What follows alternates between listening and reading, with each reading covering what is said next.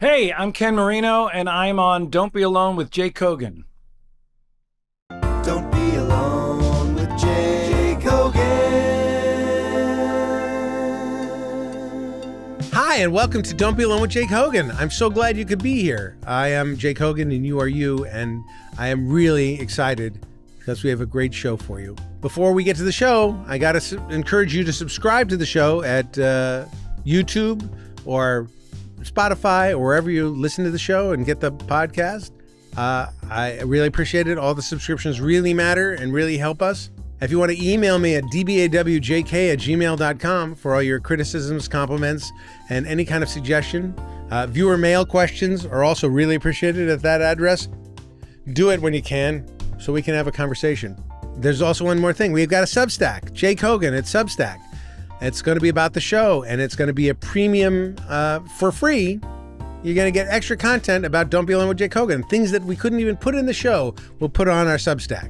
We'll also get other photographs and other details that you couldn't get because we could only do the show for so long. You know, it's got to be under an hour, and there's always some extra stuff. It could be fun. Anyway, it's good. I'm trying to build a community out there somewhere so we can continue the conversation even when it's not a Tuesday and you're watching Don't Be Alone with Jake Hogan. Today, we have a great show. Ken Marino, fabulous actor, a fabulous comedian, a fabulous writer, a director. He wrote Role Models, one of my favorite movies. He was in The State, a great sketch show. He was in a pilot I did many years ago as a remake of The Courtship of Eddie's Father. And he was fantastic. I loved working with him. I loved getting to know him. And it's been a while since we've gotten together. So it'll be a nice reunion to see Ken and hear about what his life is like now, what he's doing. And he's going to help me sort of figure out how to be more positive with people, how to be more effervescent. How can I be a Ken Marino type? Ken is full of joy, full of happiness, and I'd like to be more happy like Ken. Anyway, Ken is fantastic. He's really talented and adorable. I mean, he's handsome too, so you'll like it, and you'll like him. We'll be right back with Ken Marino right after this. Don't be alone with Jake Hogan. Ken, I would officially welcome you to the talk show. Hi, Jake. I'm glad you're here. I'm so happy to see you. I haven't seen you in it's been a forever. While. Yeah, it's been a while. And you were one of the first people I met in this town who I got to know. Like, it was the show that we tried to do a pilot together, right? Cast is not exactly the right word. Begged you to be in, I believe. As I recall, I went through a whole audition process. Yeah, for but it. I recall that you were reluctant in the audition process, and I was like, Ken, please do the show. Like, you're the guy. A little bit. I think you were either you were nervous or you just come off of something you didn't want to do, or it seemed like you didn't want to play a dad. Whatever it was, there was something. Maybe that was it. There was something about it. It was just like giving you the ick. Well, from what I remember, nothing gave me the ick per se. What network was it for? The WB. I think that's the ick. I think that might have been. And I don't even remember when we shot. This might have been after I just did two series that got canceled. Maybe. For NBC. Could be. I don't remember where it fit in with men behaving badly. It may have come after or before. I'm not sure. It came after. Yeah. It came after that.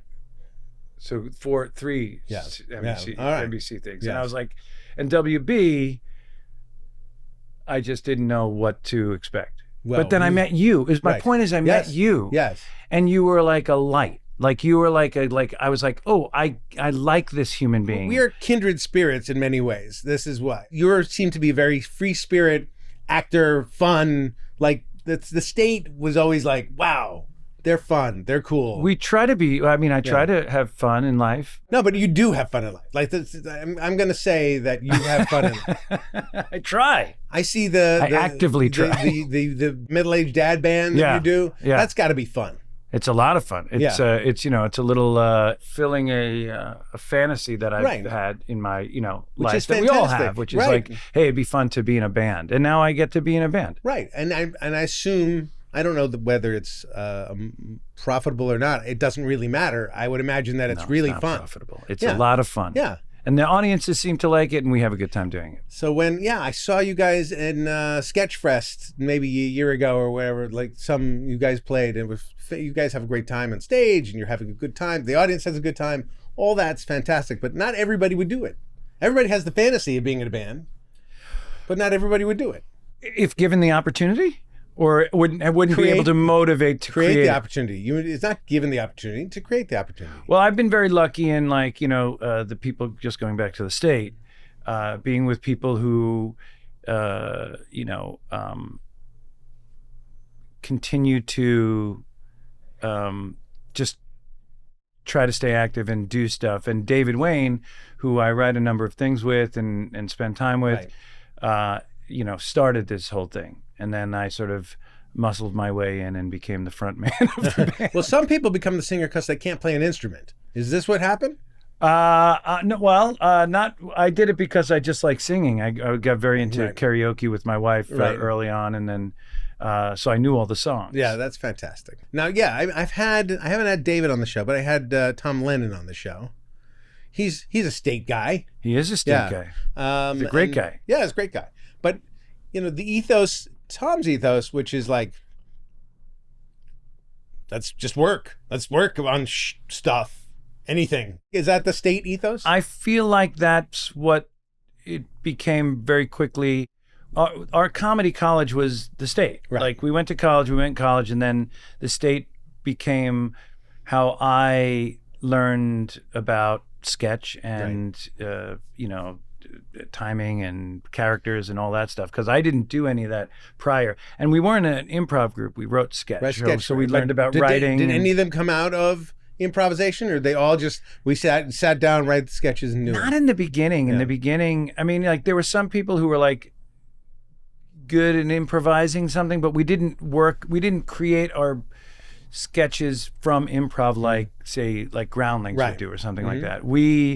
We all wrote sketches, and then we would bring them in, pitch them, and then rehearse them like we were doing a play, because we were all, or a lot of us were at NYU for theater, and a lot of us were, there for filmmaking. And so for us, it was having an outlet for like mini comedic plays. It's a dangerous game, that game of everybody bringing in their sketches and figuring out which ones we're going to do, because that could be, if the group wasn't cohesive, could be very political.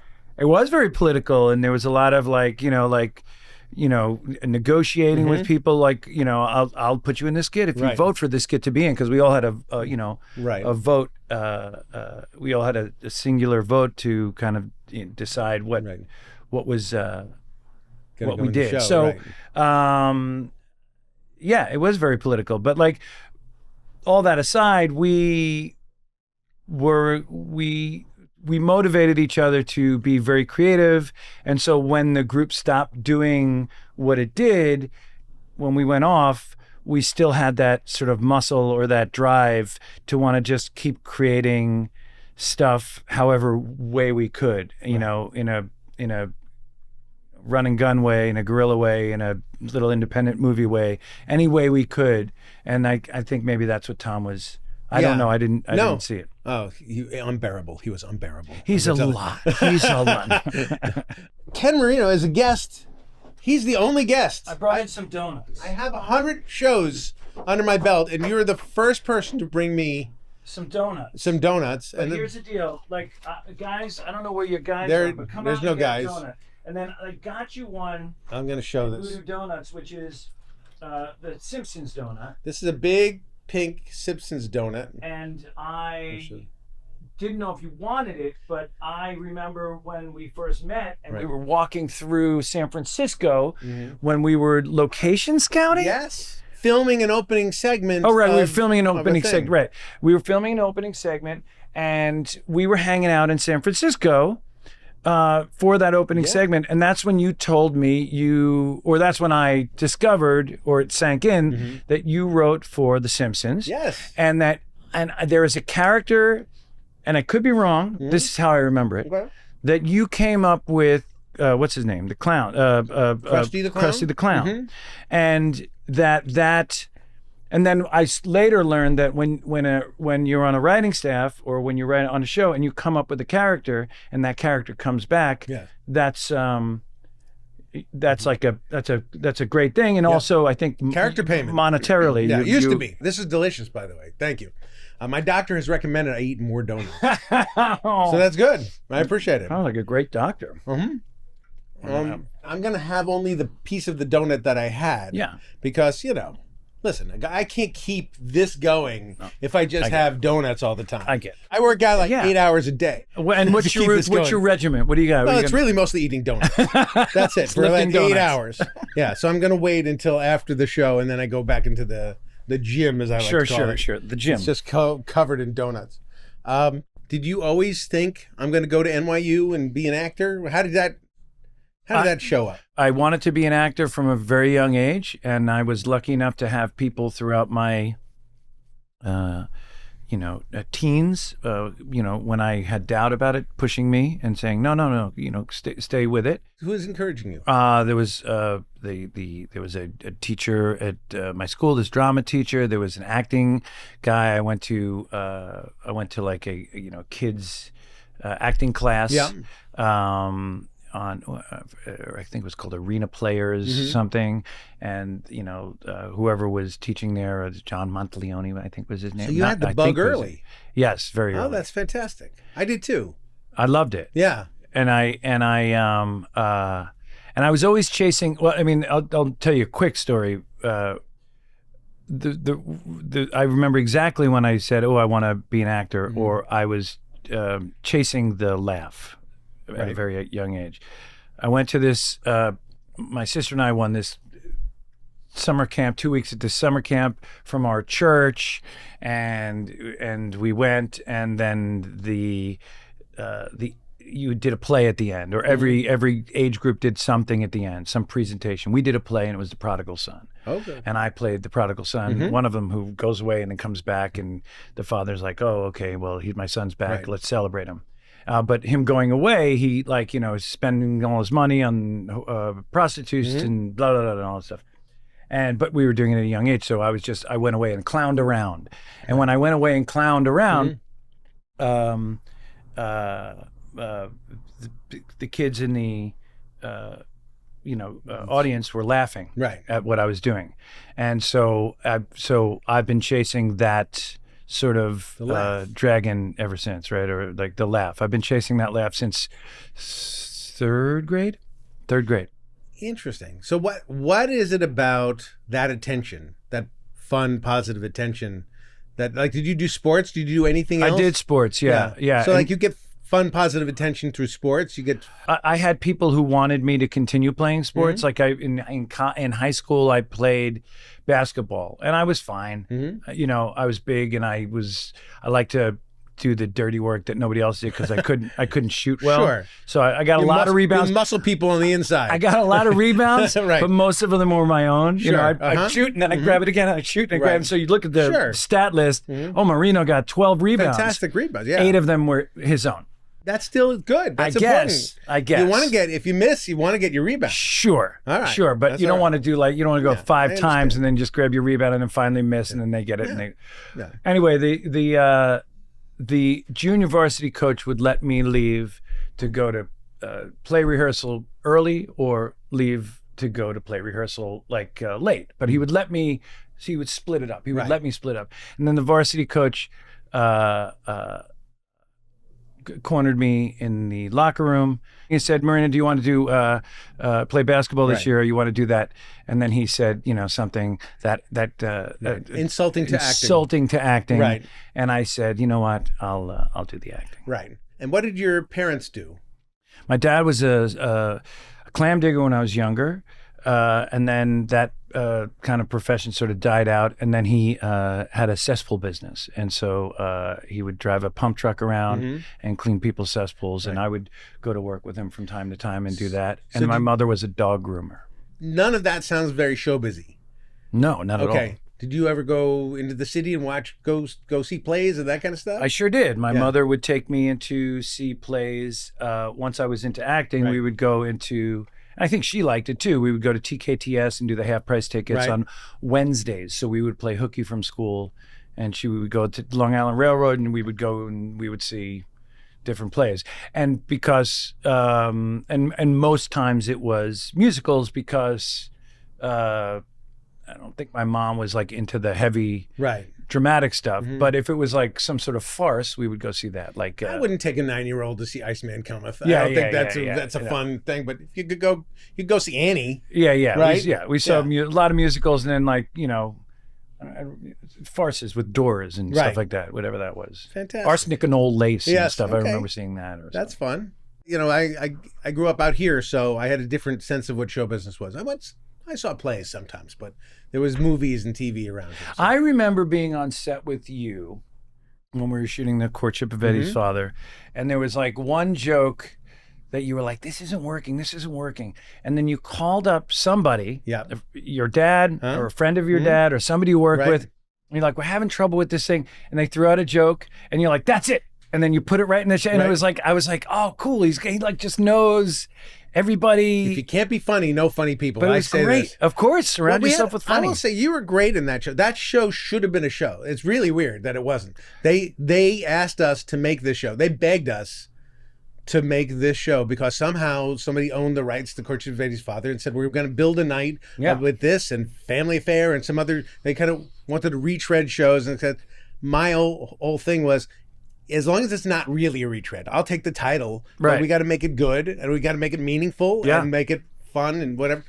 And I think we did that. I actually think we made it emotionally viable and good and powerful. And we had Josh Hutcherson. Josh Hutcherson, who became a big star too, was our a sweet little boy Eddie, who played my son. And there's a heartbreaking, lovely scene at the end where I thought, okay, we and it didn't feel gratuitous. Checked all the boxes. Right. It was funny. Like everything. It was heartfelt. And then they didn't pick it up, and it's like, wait, they didn't pick it up? No.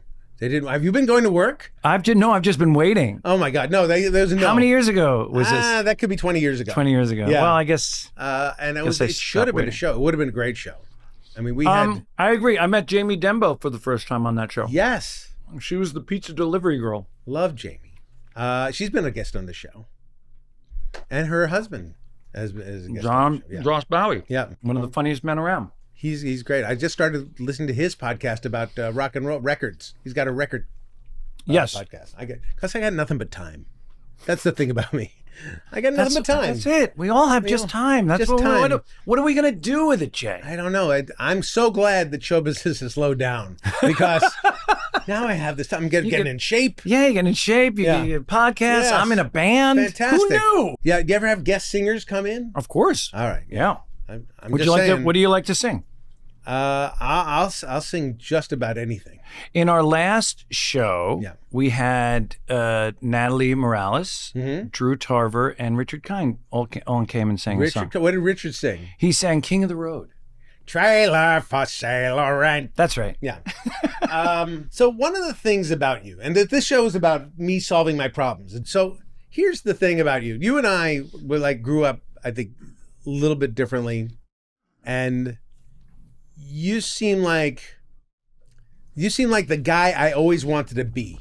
Well, I will say this. Jesus. I could be wrong, but just, my guess is you are. You have a largesse of life, which I really like. It seems define largesse for me. A joy, and in groups. I'm sure you have your sad moments, but a joy in groups.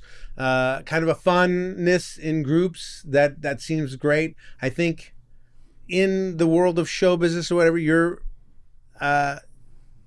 respected. You've written role models. You've written movies that are fantastic. Thank you. Role Models is one of my favorite movies. Thanks. It's just a great movie. I agree. I'd say people should see it, but I think people have seen it. It's really, really good. And it again, it's one of those things that does check all the boxes. It's funny, but it's also emotive, and it feels right. And it's like it's great. So not to break up the momentum of what you're saying, but so the way that went down, is David and I. So David came in and replaced a director, and then he wanted to do a big rewrite of the script. We did a big rewrite of the script with 8 weeks out. Right. And so we didn't have time to kind of really think about what was going on, but we went up and sort of blew up a lot of the script, and went in and did just every night we would just stay there until like 12 at night, just like writing the script and coming up with new stuff and keeping what was nice and da-da-da. That's a perfect way, I think, if you had to rewrite that movie, it's a perfect way to do it because it has a kind of traditional structure to it. Right. But then we put our stink on it. Exactly. Then each scene is its own original, fresh take on the thing, and interesting characters that you don't expect, and all that kind of stuff comes out of it. Yeah. And that's fantastic. Plus casting. I mean, like some of that casting of the kids and stuff, fantastic. Yeah. Like really special. Little kid Bobby, who was incredible, and Christopher Mintz-Plasse, who was incredible. Right. Yeah. Yeah. No, really spectacular. Nothing overplayed. Even though it's funny, like nothing overplayed. It's like, that's my favorite kind of movie. It's like, I agree. Right in there. So anyway, great. So, but my point is, like, from the outside, from my point of view. Yeah. And you're not going to be from your point of view. I think you've got it like a special sauce, it seems. Whenever I run into you, you've got a good, happy attitude. Things are good. Right. You know. Right. It's like, life is good. Right. You got these kids that you love, this wife, this thing, this life. Life is good. I want to be as anxiety, not free, but I just want to be more joyous in my life in that way. I think that I try to be happy and positive and give love to other people and let them know what I appreciate about them and things I recognize, and I try to put out what what you put out is what you get, and I try to do that as much as possible. I try to kind of live by that. Everybody has things that they want to do that they're not being done. Everybody meets rejection. Like we all have that. You're in a business of rejection, right? So like there's a lot of what we do, even when we're great, is no, thank you. Right. Or get out of here. Yeah. In the worst possible, which is fine. That's part of it. That's okay. But that's kind of the nature of the business, but in the nature of life, hang out with your peers and hang out with people, I just think that they have a good flow. Well, I appreciate that. I really do. I want to take that in and thank you. I appreciate it. Thank you. But, inside I'm dying. Okay. Fair enough.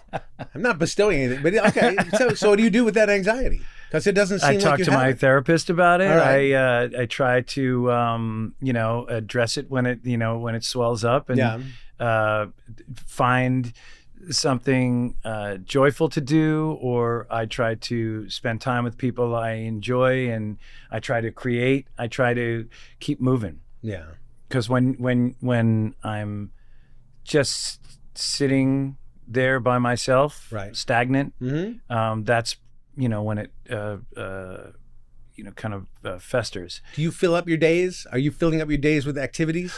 When I fill up my days, I am most happy. Okay. When I don't, I'm not. Yeah. I tend to fill up my days with all kinds of stuff. The COVID and the strike has really kind of reset. And maybe my age at this point has reset. You're 78? I'm 79. I'll be 70. You look fantastic for 79. Thank you so much. I appreciate that. Has reset me not in a great way. Right. It's harder to motivate and figure out what to do. What I wound up doing for a while during COVID was just when I had Twitter, when Twitter existed. I just said, hey, anybody want to talk? And DM me your phone number and I'll call you. Mm-hmm. And so I was doing that for a while. Wow. And I would call, a lot of people would send me their number and I would call them and talk to them for a half an hour, and then I would move on to the next person. Did you feel after that conversation reconnected with humanity? Is that what did you? I think I needed it. When I called up people, and I spoke to people all over the country and a lot of people from other countries. They were very nice and, thank you so much for calling. And for me, I was like, I needed it. I needed it. I needed that connection. I do that all the time. I call people with just random numbers. What are you wearing? And I don't. That's a little different. Yeah, they don't feel connective as I'd like. So I don't know. Did you ever find out what they were wearing? Yes. Oh. Often it's not as sexy as you think. Oh. Yeah, Well, that's too bad. Keep calling. Yeah, it does keep calling. But what happens if you give that energy, that joy out into the world and you're not getting it back? For me? Yeah. Like you're sitting in a room with somebody and you're trying to have fun and they're not Well, playing. that's easy. You just walk away. Yeah. I don't think I have the balls to walk away. I have to finish it out. Well, but you can find joy in because it's also being an actor, right? Part of finding, crossing paths with people who, curmudgeons and assholes is it's a character study, right? So you go I'm going to just store that away. Mm-hmm. That behavior is interesting to me, and that behavior. So that's also just fun, fun things to kind of in the moment be like, all right. I'm not enjoying this, but I'm in. Right, but I can use. I'm gonna use the thing that you're doing that I don't like in front of a camera. So you switch from giving them joy to giving yourself joy and saying, okay, well, I'm gonna have fun with this anyway. Yeah, I think so. When I'm trying to be funny or trying to be suave or charming or whatever version of charming I can muster, and it hits a wall, it's just like nothing's charming to that person. Right. Oh, I'm. Do you ever call it out? Sometimes. Why are we not connecting, or why is this? You don't seem to be enjoying me. Enjoying me. Is that? Should I? Sometimes I've done that in that. auditions. Yeah, I've done that in auditions where I've read a scene. I'm like, it's right. I don't need to read the next one, right? Right. I don't. Should I go? But no. But I don't see. I've had people in auditions do that to me, and they're wrong. No, you're doing fine. This is good. We're tired. We're tired on this side of the line. Yeah. So it's not always the case that they're not enjoying it, but I don't know. It's right. What do you tell your daughter? How old is she? She's 15. Okay, and she's seriously acting, and she's in a show. She just booked a Disney series. Oh, fantastic! And it's shooting 17 episodes. And so, what advice? It's called Electric Bloom, and it's coming out on Disney in a month. Disney Plus. Both. All right, fantastic. And what do you tell her? What advice do you give? Acting advice or how to stay sane? First, let's talk about acting, and let's talk about what it is to be an actor. Well, it's very difficult for me as an actor who's been doing it since 1987 or whatever,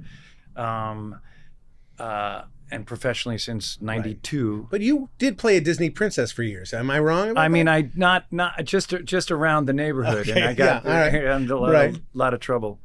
And I do need to dry clean that dress because it's very dirty.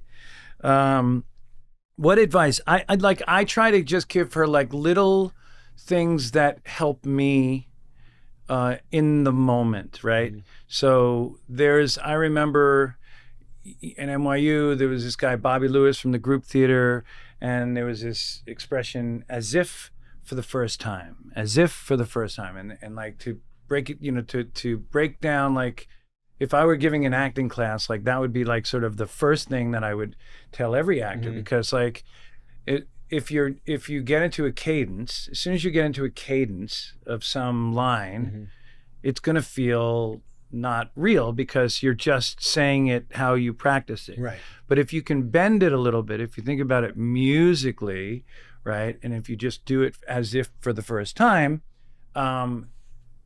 you can alter it and it will feel fresh. It will feel like something new. So I try to talk about that. I try to say, just say it as if for the first time. Make it just bend. If you did it one way this time, do it a different way, but not too different, but just a little different. So it's exciting to you. Right. It's a very interesting thing. Great actors, of course, don't anticipate. Right. Even though they've done it 40 times, they don't anticipate the next line. They don't anticipate the end of the scene. And that's why I'm a bad actor. Because you know what's going to happen. Yes. I can't wait for the end. It's so that's why I'm trying to become a better actor, even now at my late age, of not anticipating and playing in the moment and all that kind of stuff. And it's very hard. Well, it's you'll get there. Yeah. It's my 80s. The other thing I say is reacting to something, right? And like the camera, especially when you're on a 4-camera show, they'll want to cut to you if you have like a genuine reaction. I got that down. I can react. You know what I mean? Listen, I react. But sometimes, actors when they're younger, they say their stuff and then they wait for their next line. But like, instead of saying listen, right? I just say like, just know that reaction shots are as valuable as the line sometimes, or it's the button to the line. Right. So just be aware. And I think that that's an indirect way of saying like listen. Yeah, and I also want to compliment this, and this has nothing to do with anything. Is when we were working on our show together, it was fun to play with you. It was fun to say, hey, do it this way, or can you do it in a different way? And you have a sense of play that's really fantastic. That's infectious. Thank you. I appreciate that. I love acting. I love comedy, and I love getting to do what I do. And so when I get to work with people like yourself, who I can sense like we're speaking the same language and we're having a good time and we're all in it to create the best thing possible, it's the best job to have. Wait, did I help you not be alone yet? Yes. Well, first of all, we're not alone. So that's number one. But also by reflection, your reflective joy is solving my problem. It's like, I need to put more out. Yeah. If I put more out, I might get more back. I mean, I'm a huge advocate. Well, that's what you're saying, and so I'll do that. I mean, it's not that I don't put it out sometimes. But I could put more out. Yeah. Right. The other thing is, I think it's important quickly just to touch upon this is a lot of people don't tell people if they appreciate them or recognize something that they liked. They just go away and go, oh man, I like that. Right. And you said something very nice to me, but and I hope that you know how I felt about you. I think I said it early on.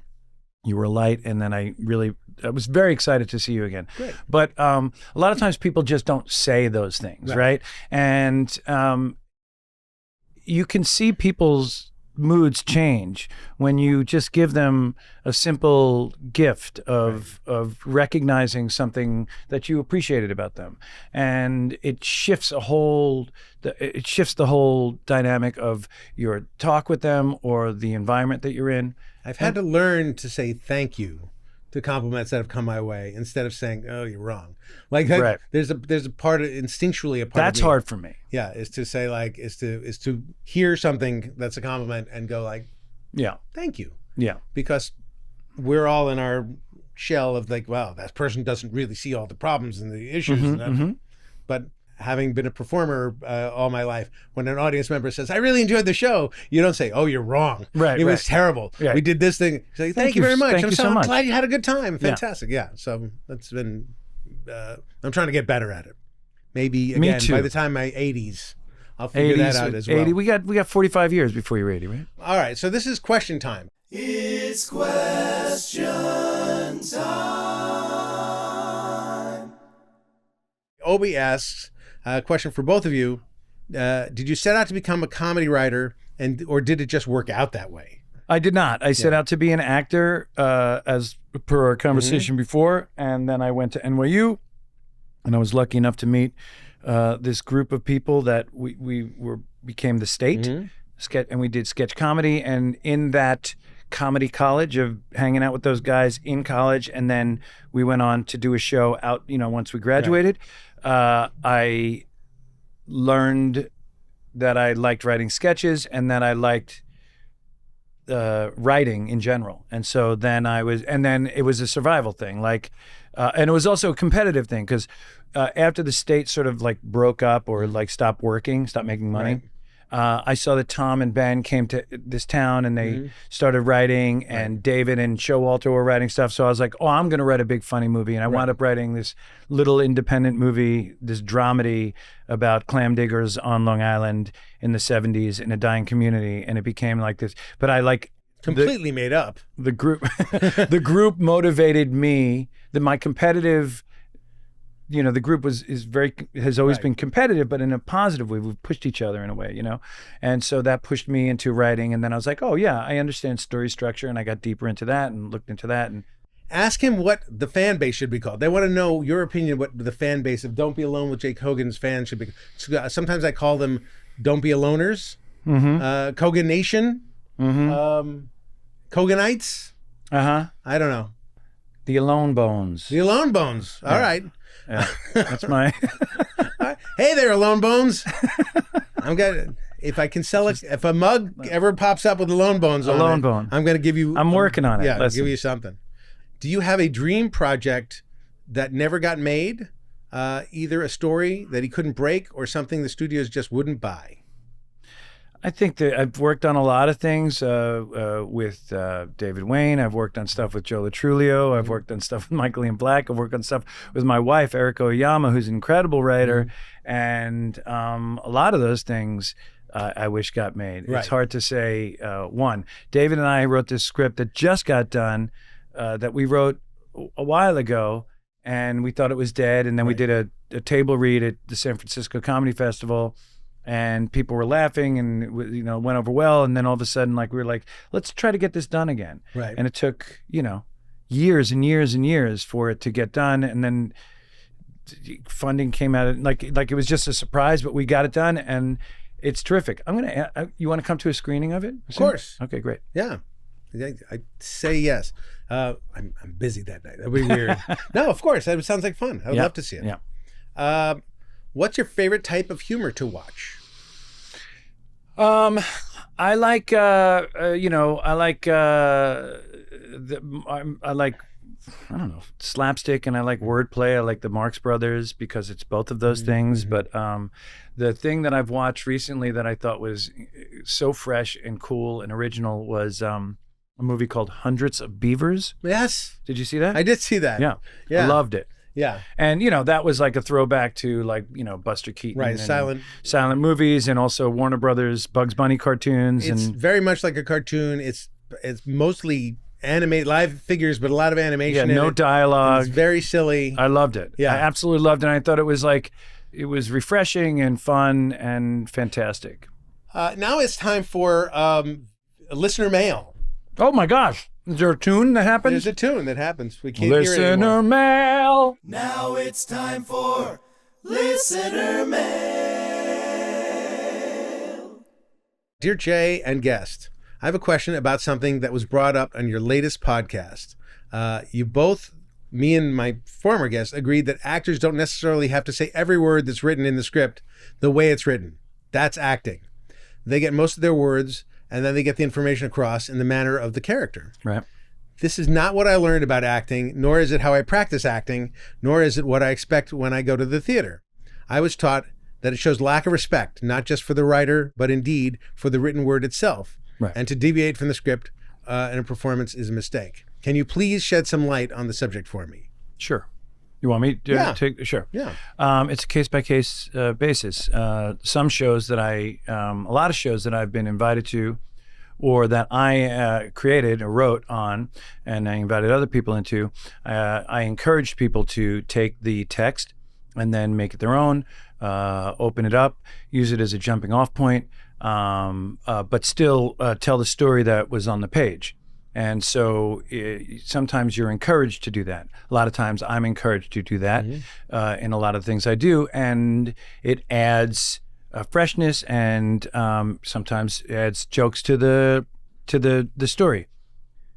I just worked on a Shondaland show, and it's written by Paul Davies, and the script was incredible, and the text was incredible, and it was made very clear that don't go away. And but I asked before we started shooting. I said, normally when I'm hired, I'm encouraged to do a little leeway, right? To kind of bend stuff and go off the script and bring it back, right? And I'm like, would you like me to do that? Is that something you want? Right. And I was told, no, just do the text. Right. And I was like, wow, that's freeing, that's wonderful, and that works for that show. And so it's a case-by-case thing. So, and if you're doing a play, of course, play, for the most part, you do the text. And if you're doing Aaron Sorkin, you're doing the text. Right. But if you're doing like a Judd Apatow movie, he wants you to, improvise and use the comic vessel or whatever the fucking whether it's the character. In other words, and I agree wholeheartedly that it depends on situation by situation. But like when I worked on Frasier, thank you very much. If David Hyde Pierce had a suggestion to do something, it was like, yes, please God. Yeah, fantastic. If he said, I'm not sure this is quite the way Niles would say it, you go, well, my God. How would he say it? Who else knows Niles' character better than David Hyde Pierce? Right. You would know. And he'd be very shy about it. Like, he wouldn't ever come and insist you should do it this way. He would shyly ask, would you mind if no, of course, please, I beg you. Right. Do it, make it your own. Because I do believe that characters, especially on a long-term TV series, actors know their character really well and start to know them even better than the writers sometimes, because they're having to make sense of a lot of things scene by scene. Right. Why would my character do this? And that's stuff that's not written in the text. Yeah. They're creating stuff in their head that we don't have access to, but they do now. They have a 10 episodes, 12 episodes, 4 years, 5 years worth of what this character would do and what this character wouldn't do.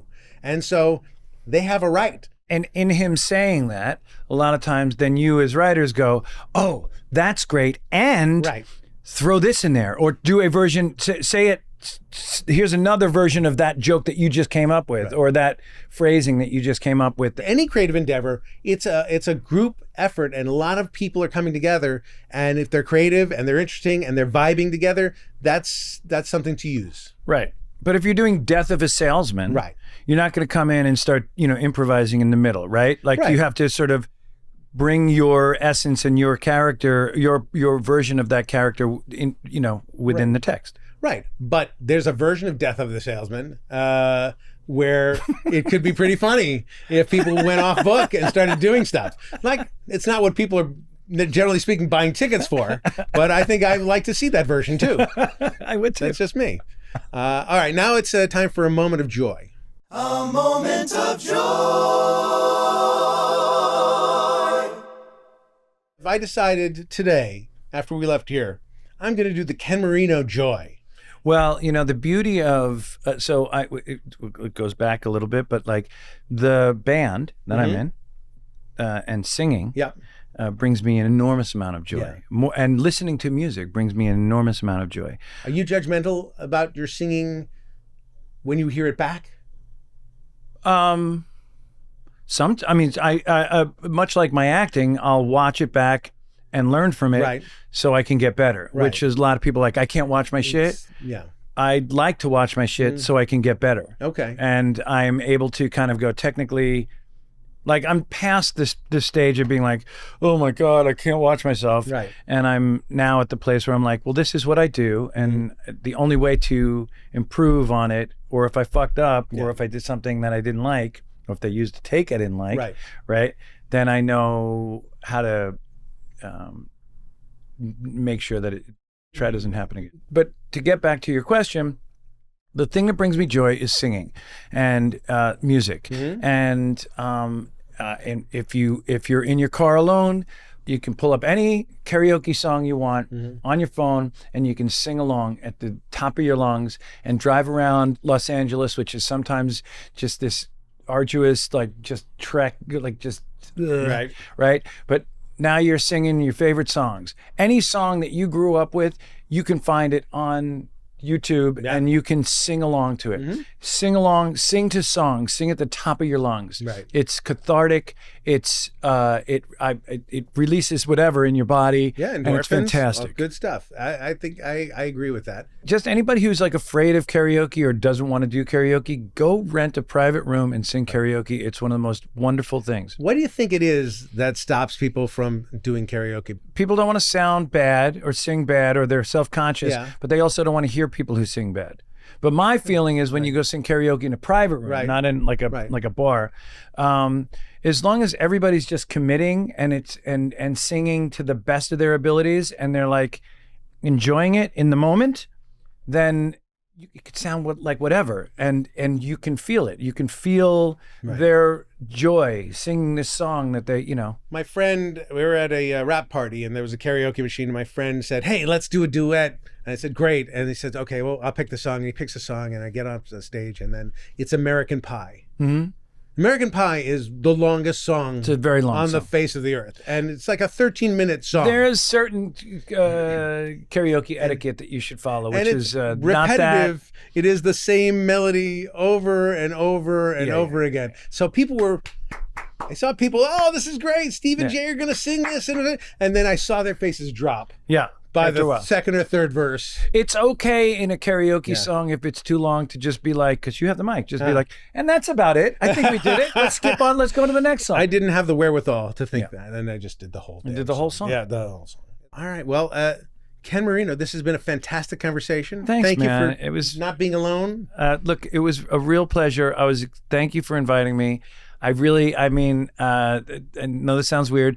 I've missed you, and it's nice to see you and spend a little time with you. I've missed you too, and I've enjoyed even our conversations about planning to come here. That's been fun. So let's not be strangers. I'm going to come to your premiere of your screening. I'm going to ask you to come to one of the screenings. That's fantastic, and I'm continue to be a huge fan, and continue to be very excited about all the things that are coming that you're going to be acting in and writing and singing in and all those things, because it's fun to watch you have a good life force. It's fun. Oh, thanks, man. All right. And thank you for being here. This is my audience. It's right in camera one. Thank you for being here. Cog Bones. What was it? Kogan Bones? It's called Alone Bones. Alone Bones. Hey, thank you, Alone Bones, for all being here. I want all the Alone Bones to get together in real life. Hang out with somebody in real life so that you get a good satisfaction and a lot of fun. And remember to write to me at dbawjk@gmail.com if you have any comments or criticisms or compliments or anything else that begins with a C. Also, check me out on Jake Hogan. Charcuteries. Fantastic. I have a Substack, Jake Hogan at Substack, I think it is, or Jake Hogan Substack, Jake Hogan at Sub. I have a Substack. Find Jake Hogan for this show. And you might like that, and whatever you do, have fun. All right, bye, Alone Bones. Don't be alone.